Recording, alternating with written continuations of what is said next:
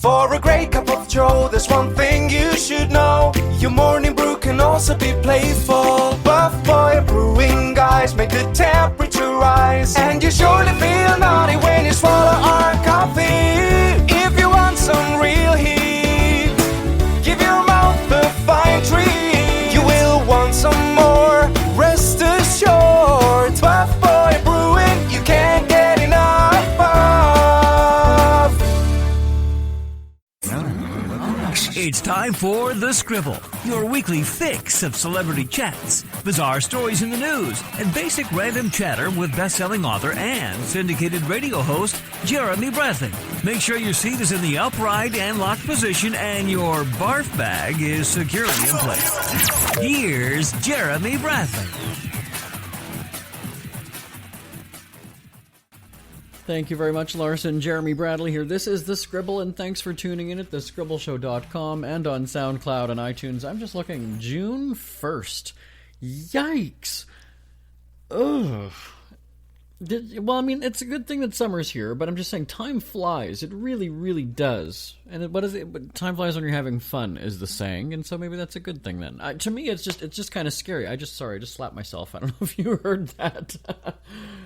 That's how reckless I am. I'm outraged. I'm outraged that I'm slapping myself, ladies and gentlemen. No, as you get older, right, you're just looking at, why, it's June already. Holy jeez. And so what that means for a lot of people is that school is almost out for summer. You know that saying as well, right? School's out for summer. And for some college and university students, I guess you're either heading into exams or you might already be done. And I have a thought about school and being out for summer. I'm going to tell you about that coming up in just a little bit. Also, you know how I'm not a big fan of social media, and if I'm not mistaken, I just went on a social media rant? I don't know. It was recently on this show because I have a lot of opinions about it. I'm not one of those people who spends hours and hours on social media. I don't care. So I've got a couple stories about social media today, and then just a personal story about really, not caring about what people think about me.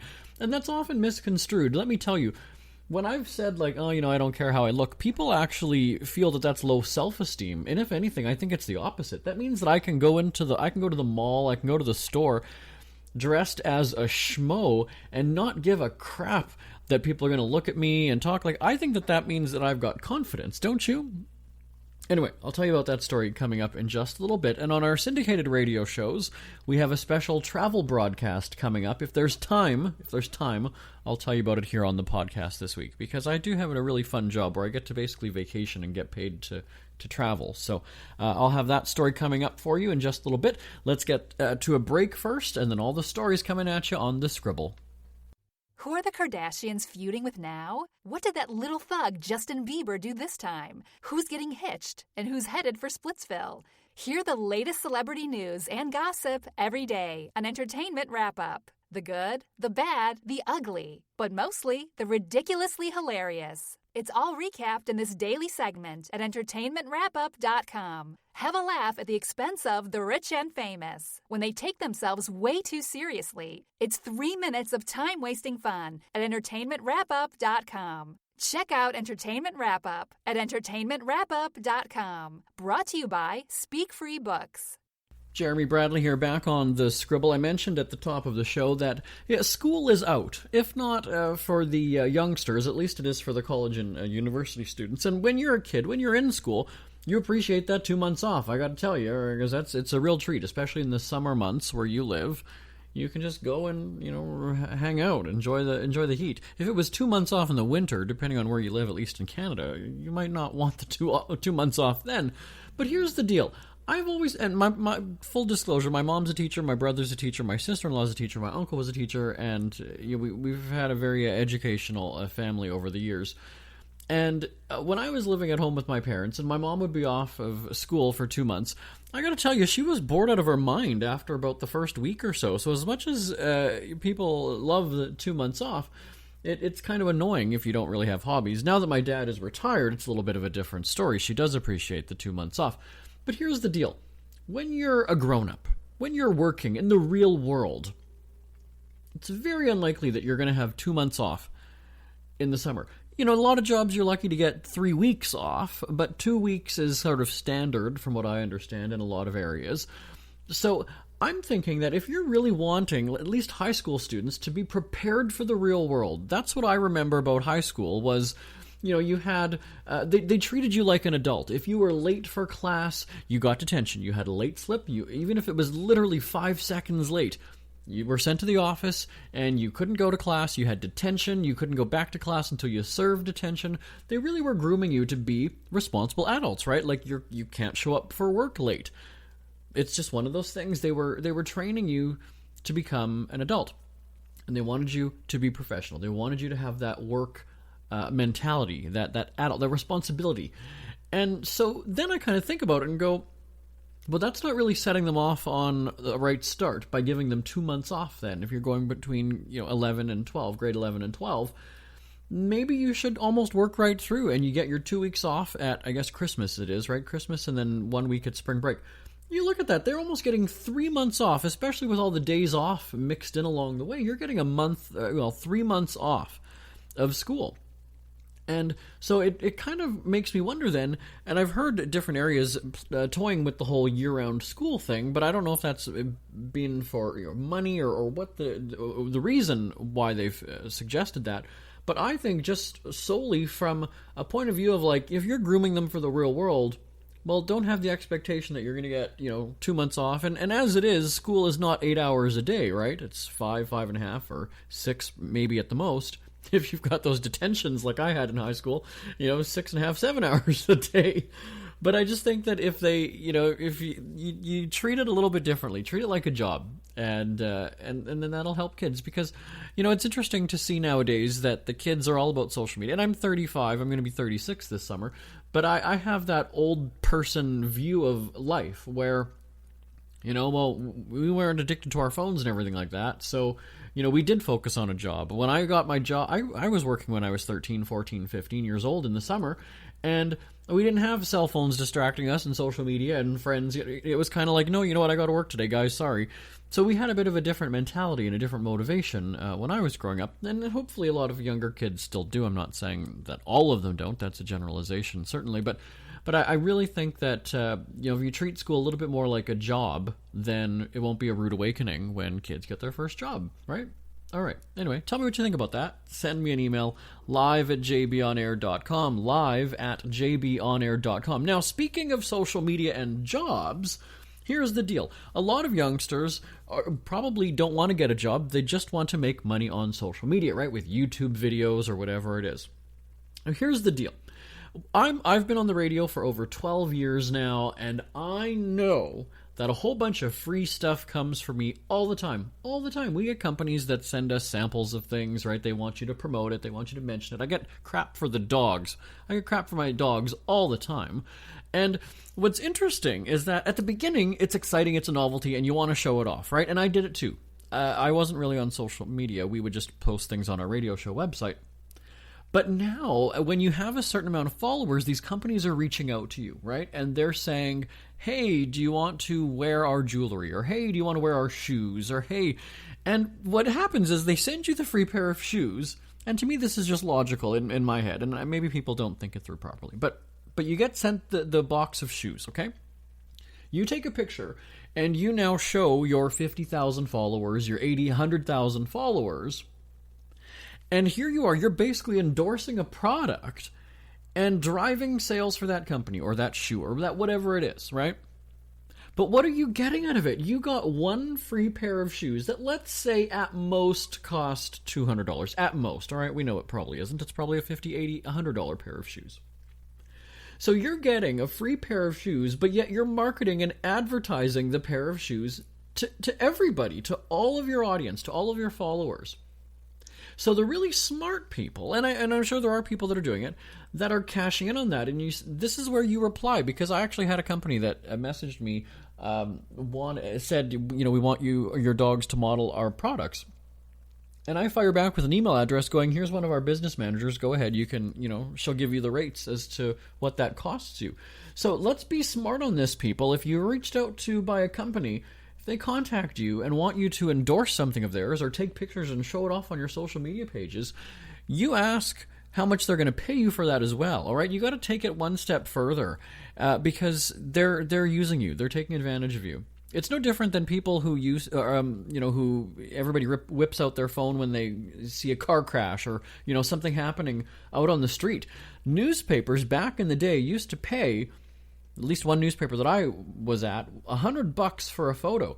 But nowadays, everybody is so quick to just want to see their name on TV or get their 15 minutes that they're just willing to give media outlets the picture for nothing.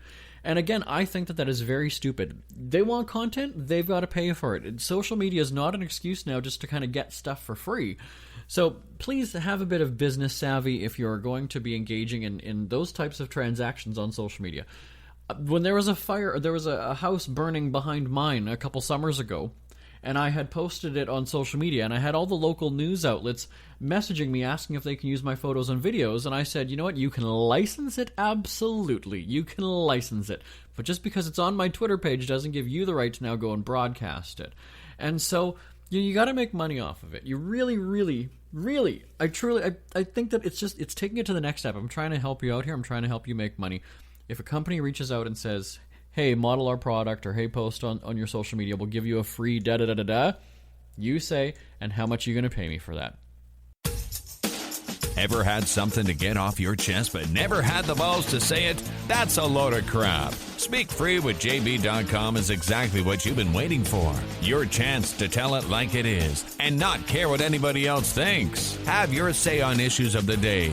Join newspaper and radio columnist Jeremy Bradley as he tells it like it is. Hundreds of thousands of people have stopped by, including some well-known celebrities who have had a chat with JB and speak candidly about what's really going on in the world. You can join them too. Have a rant or a rave. Be brave and head on over to www.speakfreewithjb.com now. Jeremy Bradley here, back on the Scribble. Every few months we hear about, there's a few typical types of celebrity stories we hear about lately. Every few months you hear about an artist being sued because somebody claims they wrote a song years ago and then this artist went and ripped off the hook or the melody or the instrumental in the background or something, right? So there's that. And now, what's really cool is you hear about these celebrities that get their naked pictures hacked and then posted online. Here's the deal. And this goes back to a social media thing. It's been several weeks since I've gone on a social media rant, maybe even a few months since I've gone on a social media rant here on this show. But let me go into one now. First of all, am I blaming the victim? Yes, I am. And I'm going to tell you why. It's one thing if you are a regular everyday person, and it's one thing if you're a celebrity. When you're a celebrity, you know that there is a responsibility that you have to present an image about yourself. Now, I realize it is not right to hack into your phone or your cloud or wherever the hell you keep your naked nudie pictures, okay? But when you realize how easily things are hacked, or that you could lose your cell phone and then boom, your naughty bits are there for anybody who finds your phone, you have to use some common sense. Now, again, it's no different than if you're a politician, if you're a whoever, you can be a regular Joe on the street. You should be able to know that. And I feel the same way about people who webcam and sitting there or jerking it on their webcam or whatever it is you know the internet. If you are old enough to use this technology and you know how to operate the webcam and connect on these websites and do all this other stuff, then I don't buy the fact that you don't know what you're doing and that you're too young and you're naive and you're juvenile. It doesn't fly with me. And so when these celebrities have their phones hacked or their computers hacked or their cloud hacked, I still don't know what the hell a cloud is, aside from something in the sky. But when they're hacked and they lawyer up and they want to go and sue, I don't feel bad for these people. So whether you're a celebrity or not, it makes you kind of think like, you know what, maybe get a Polaroid so that the picture shoots out of the little camera and then you can hide it in a safe, in a vault, in a safety deposit box, in something. But I have, and this is just me here, I have never taken naked pictures of myself. So, and not that you would, but if you ever do see some sort of a naked image of me anywhere on the internet, again, I know that people don't care about me that much to do it, but if you do, it's not real. I have never, ever, ever, ever, ever, ever taken a picture of my junk. I'm 35 years old. I have never taken a picture of my naked body. Now, all the haters can go and say, well, look, you've got a horrible body, you're unattractive, you're gross, you're disgusting. No, I'm just smart enough to have self-respect that I'm not going to do that. So, to me, if I want you to see me naked, you can have a personal invitation, you can come see me naked. That's how it works with me. I don't have the need to beam my naked image across the world for you to be interested in me. I have no desire to do that. Now, I realize that the people who are hacked like this, and it's Miley Cyrus, it's Tiger Woods, it's Kristen Stewart, it's Leslie Jones, as you've heard from SNL in the past, I realize that they are not... they say that they're not to blame. It's the scum that goes and hacks them. Okay, fine, whatever. Am I blaming the victim? As I said, yes. Because when you're a celebrity, you should almost have that heightened sense of fear that you shouldn't have things like that on a device that is connected to the internet or Wi-Fi or anything like that. So you'd think that when you're a celebrity and you have a manager, PR people, whoever... They might even or even if just knowing in the celebrity world, when celebrities talk to each other and hear about the other stories like that you just would delete these pictures or not take them in the first place. Now, I have had gigs with newspapers and radio stations and things like that, and I have almost had it be beaten into my head that, hey, you're also representing the newspaper out there, so be careful what you say and do and post, and the way you present yourself in public, because it's a reflection on us. Even though you're not on staff as a full-time salaried columnist or host or whatever it is, what you do still presents an image on us, because you are in our newspaper, you're on our station, whatever it is. So well, again, you don't need to tell me that, because I'm not going to have pictures like that of myself. But again... Do you keep these pictures for any reason? Like, if you're sending them to your partner, okay, fine, but why isn't your partner seeing you naked in person anyway? And maybe because your partner's a celebrity and you travel or whatever it is, all right, I get it. But again, how long are you away that you just need to have that picture of the person? Even if they're away for 2 weeks or a month or something. Don't you have the visual? Isn't that kind of what makes getting off even hotter? You've got the imagination of what you guys have done together, and you can just lay there and close your eyes and think about the romps that you've had. Do you need that visual proof? I don't know. So in the case of Tiger Woods and his nudie that was leaked, it was from Lindsey Vonn's, his ex. It was her phone. So she kept a picture of her ex on her phone. So, point of the story, or point number 1 of the story, down. Point number 2. If you're in a relationship and it breaks off, what happens with the naked pictures? Do you keep them? Do you have an understanding with the ex and sit down together with each other's phones and go, okay, you take this phone, I'm going to take your phone, let's delete the pictures. We don't need them anymore. Why is Lindsey Vonn, after all these years, still having pictures of Woodsy's wood on her phone? We've heard about this revenge porn thing that people do, right? I'm mad at my ex, so I'm going to go and post her pictures on the internet. Haha, that'll show her. But now it's different because your ex is hacked, and now your pictures are out there. I'm wondering, can he sue his ex now for hanging on to this kind of thing? It would be interesting to find out how these lawsuits are going to play out. But do you delete your ex's nudes? Do you keep them just in case? And does it add a little bit of a controversy then when you're hacked and your ex is the one exploited? Now, don't get me wrong. Lindsey Vonn was also, her pictures were also leaked, so it's not like she's in the clear on this. But two things here. Why take the pictures? Why keep them on your phone? Again, the onus is on you when you know that you can be hacked or whatever. Especially if you're a celebrity, you're going to be a target. You're going to be a target. And then 2... if it's an ex, do you keep the pictures of your ex around? Would love to hear your thoughts on this. Send me an email. Then don't send me your nudes. I don't want them. live@jbonair.com is the email address. live@jbonair.com. I'm sorry. I've said it, I think, 4 or 5 times now. Am I going to blame the victim on something like that? Absolutely. You are stupid. You're stupid. And especially after these cases keep happening more and more often, you should learn by now that, hey, I'm maybe an A-lister, maybe a B-lister. I'll even give you a C-lister on some of these people. Maybe I shouldn't have crap like that on my phone. You know? And it's not even a matter of trusting the person. Because, again, and in today's social media world, back in the day it used to be, don't post anything you wouldn't want your grandmother or a potential employer seeing. Okay, We're way beyond that now. We're way beyond that. It's a matter of now, why are you just trying to get attention because of your body? What is the purpose of having nude pictures? That's the thing. And I've said it before. I don't understand like the half-naked selfie thing in the mirror, especially when you're in a relationship and you're posting all these like gym progress pictures. That's great. Are you getting fit for yourself, or are you getting fit to impress people with your body? There's two different things here. And to me, despite what it looks like that you have confidence that you're posting these pictures, to me, it screams that you don't have confidence and that you're insecure and that you're fishing for compliments, that you want people to think that your body is attractive, and you're going to revel in all of those comments and likes that you get for your picture. Now, again, I have a decent body for somebody who doesn't work out and really just walks my dogs all the time. That's my exercise. And then a treadmill in the winter I have. And I'm fit. I am 5'11", I weigh 150 pounds, I'm 35 years old, and I do have a tight body. But at the same time, I'm not one of those people who's wanting you to like me for my body. That's not what I'm doing to attract you. Go to my Facebook page, I dare you, facebook.com/jbonair. You will not see any pictures of me in the mirror doing selfies, anything like that. You really won't. And again, I dare you to Photoshop some naked pictures of me, because they're not me, and I promise you that.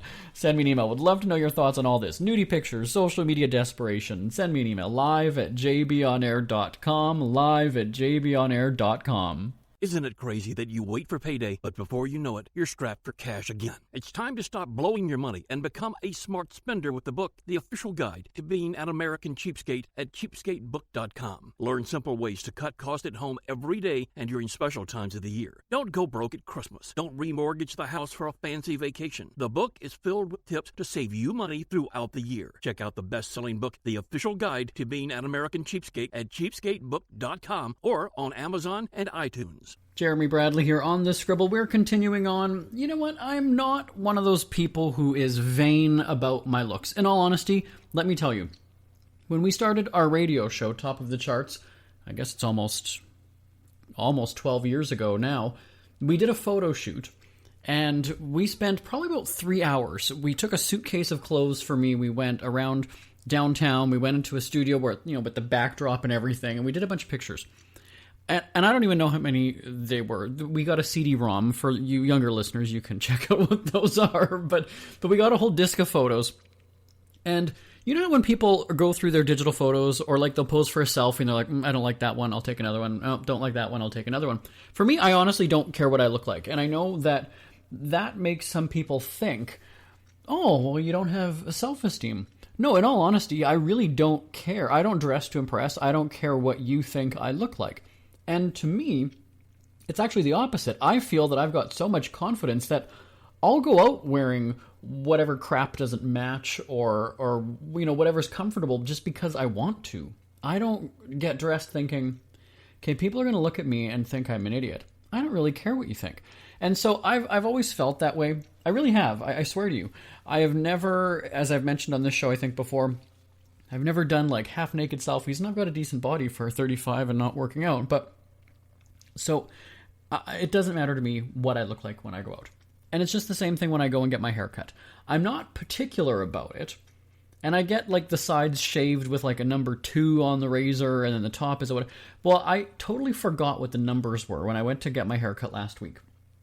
And the gal who usually cuts my hair, and she's done it for I don't even know how many years, I was called away from work, and they didn't let me know that before I got there. So when I got there is when they told me, oh, you know what, there was an emergency or something came up and she had to go, blah, blah, blah. Sorry we didn't tell you.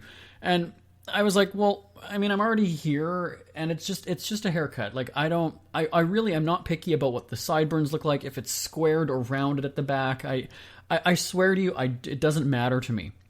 And so I was they said there's this guy here, he can do it. I've never had a guy do my hair, nothing against that, I've just never had a guy do it.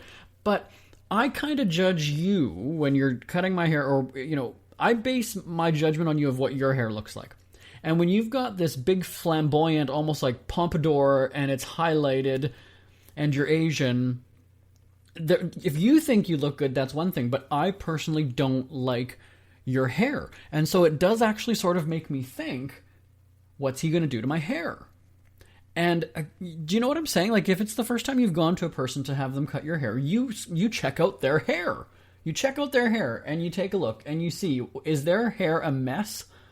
If they think it looks good and you think it's bad, you're on two different pages. Is it worth taking the risk and having them do your hair? So, my hair is pretty straightforward. I don't put product in it. I don't use product in my hair. I know when we do events, people are always like, before we go out, are you going to do your hair? I'm like, no, it's going to be like this. That's it. Deal with it. So, for some reason, I had this fear of this stranger cutting my hair. And again, as everybody says, it grows back, so even if it's a bad haircut, it's not a big deal. So, it was actually more the experience that pissed me off. And here's what happened.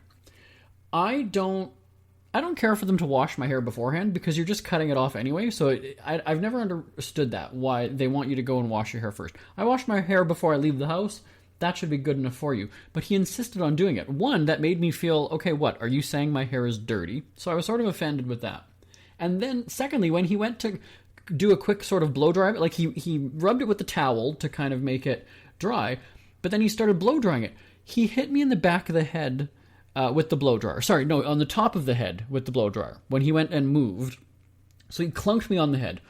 And I was like, okay, that hurt, but I didn't say anything. I just kind of smiled and he apologized. And then, by the way, this was like his second day on the job, they told me. And then he was talking with one of the girls because the phone was ringing, and so he was asking if they could grab that. When he turned, he elbowed me in the back of the head. This happened 2 times. So he clunked me on the head with the hairdryer, and then he elbowed me in the back of the head inadvertently when he went and turned to talk to somebody. So these instances alone kind of got me upset. And I'm not one of those people who's going to make a scene in front of others. Like, I'm not going to all of a sudden, like, tell them off and call them an idiot or whatever. And then the final straw, though, just when it gets worse, is he dropped the scissors on the floor and then kind of did like a half wipe on his pants and then went to go and cut my hair. And then I stopped things. I was like, you know what? It was kind of like I broke up with him. I was just like, you know what? This isn't working for me. I think I need to see another hairdresser. But I felt bad though, because how is that person not going to be offended in the first place, obviously? But then, like, I feel weird about any of those jobs where you have people that are going to judge you and say they don't like what you've done, right? It's like a chef. They can put their heart into the dish and think it's great, and then a critic or a customer, I guess it's the same thing though, critic can come and go and say, well, it was a terrible dish, I didn't like it. Well, it's sort of subjective, but at the same time, it's my head, it's my hair, and so the bottom line is I have all of these issues that have nothing to do with the actual look of my haircut. It's everything that's happened while getting it done that just set me off. And after a while, I kind of was like, you know what? I can't hold back anymore. I need to stop this. Now, the problem is you're halfway through a haircut. So it's not like you can just sort of stop and walk out, right? You kind of have to finish it. And then is it awkward now to go and ask for somebody else to finish you off when there's nobody ready? So you're basically going to have to sit there and wait for somebody else because they're all with people. Is it worth that discomfort and that awkwardness where you go and say to the guy, you know what, stop, I want somebody else, because you've basically given me a concussion already. But what would you do? The actual haircut itself was going fine. He didn't like butcher my head with the haircut, with the styling or anything like that. It was everything surrounding the haircut that was wrong. What would you do? Send me an email, live@jbonair.com, live@jbonair.com. And again, I'll be the first to admit that I can be a shit disturber when I want to be. I absolutely can be. I think there's even a chapter in my book, The Official Guide to Being an American Cheapskate, that talks about the right way to complain. So I know how to get... Now, that's more so to get like a discount on things or to get something. Well, this is something that, even if you were to do the haircut for free, that's not the point. The point is, everything that I've experienced. So this isn't my normal person who does it. You guys sort of swindled me into feeling bad about walking away and not having this done. So I get this guy, second day on the job. Perhaps he's nervous. I don't really know what the backstory is. And then I have this terrible, dreadful experience. So what would you do? Would you complain to the manager? Would you just walk out and go to the next hairdresser down the street? Live@jbonair.com. Live@jbonair.com. We hear you chirping. Get scribbling. Tweet up the Scribble at The Scribble Show. Join the discussion with Jeremy Bradley. It's all going down right now on Twitter at The Scribble Show and at thescribbleshow.com. JB here, back on The Scribble. You know, at the top of the show I mentioned I would talk about our travel broadcasts. Unfortunately, we ran out of time. I rambled a little bit too much, but I'll get to that in the next couple of weeks because we'll have those clips on our show here. Feel free to give me a shout live at jbonair.com. Talk to you next time. Bye-bye, everybody. Want more Scribble? Check out thescribbleshow.com for past shows, celebrity interviews, cheapskate tips, and more. That's at thescribbleshow.com and on Twitter at The Scribble Show. The Scribble is a speak-free media presentation. If you want some real heat,